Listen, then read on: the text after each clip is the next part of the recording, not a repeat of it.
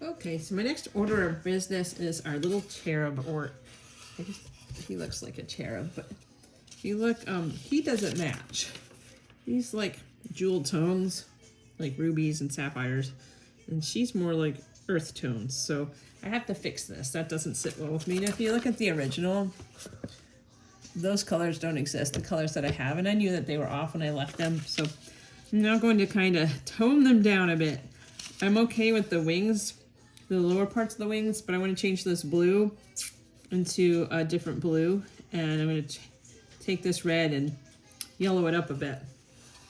So I'm going to turn it this way. I hope that doesn't bother you that it's upside down, but it's right for me. So, and he's like right here. So instead of me working all the way on the other side of the board, I have mixed up ancient earth green, natural yellow, light yellow ochre, and neutral brown. I'm going to play with some glazes until I get the color that I want.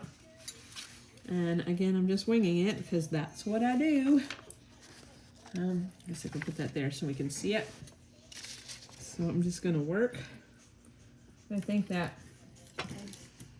I pulled out another number 8 round brush. We'll try that one because this is pretty big.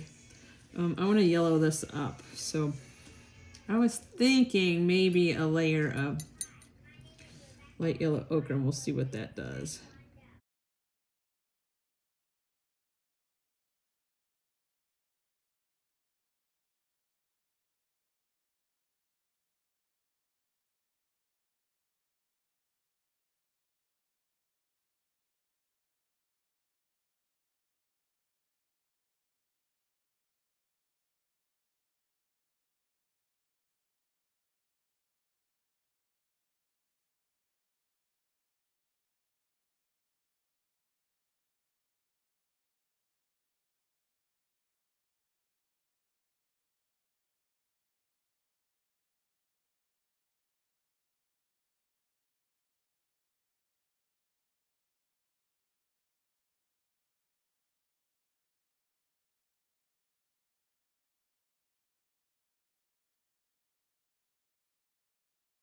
Exactly what I wanted, but it's where I'm at. And like I said, sometimes these layers lead to better things tonality wise when it comes to color. Okay, I'm gonna let that sit. And while that's drying, I'm gonna try to tone down this green or this blue with some ancient earth green.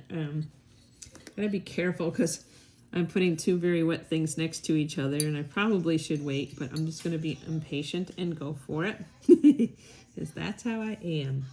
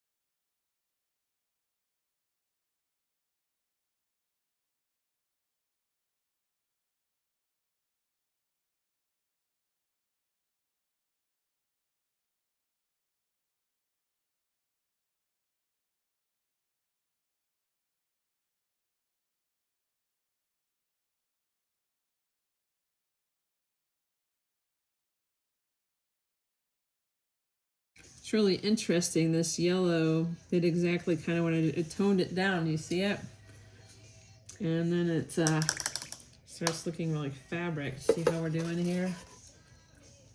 Ooh, and that looks like it belongs too. I might mimic while we're here some of these folds. Well, we've got the yellow going.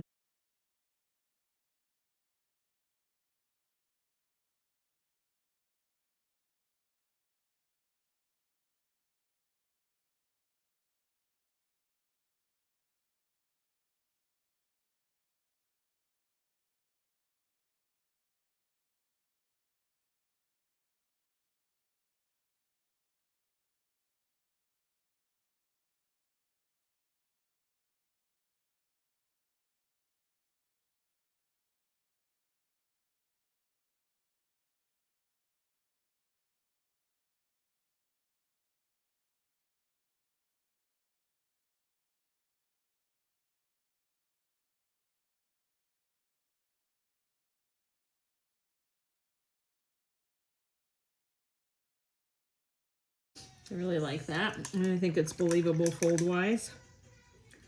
So we're gonna let that dry, and then I'll put the detail in.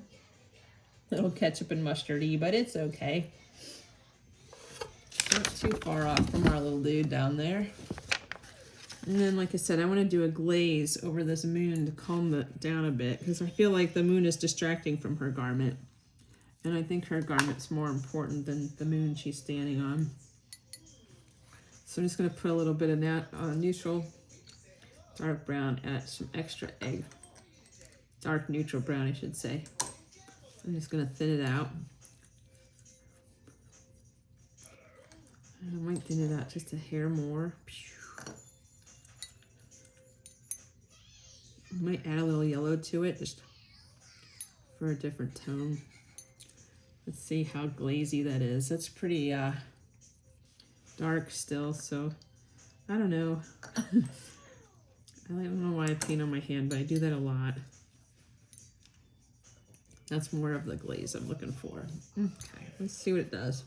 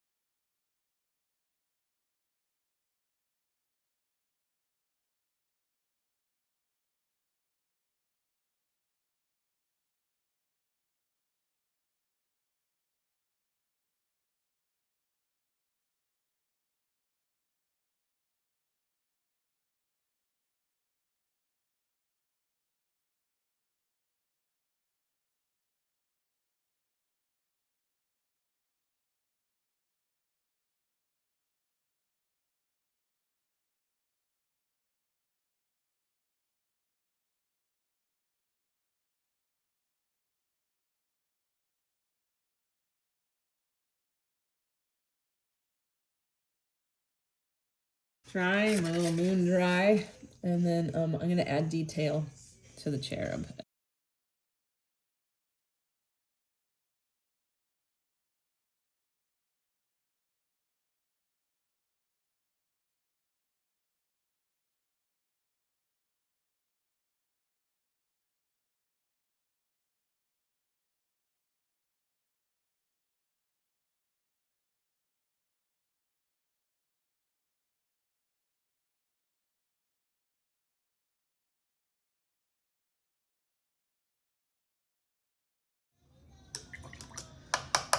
Okay, so I used a glaze to put the shadows on the shirt, and I used the same glaze that I darkened my little moon with. And so I don't know, I just imagined where the shirt went since my picture got cut off. I also put in the lines for the feathers and delineated those and made something up there for the top, but I think it's okay.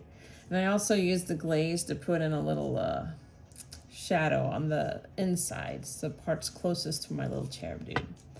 So I'm pretty happy with that. I think it all matches. He looks like he belongs now. And so I'm gonna leave that as is. And so all that's left, dun, dun, dun, dun, is skin.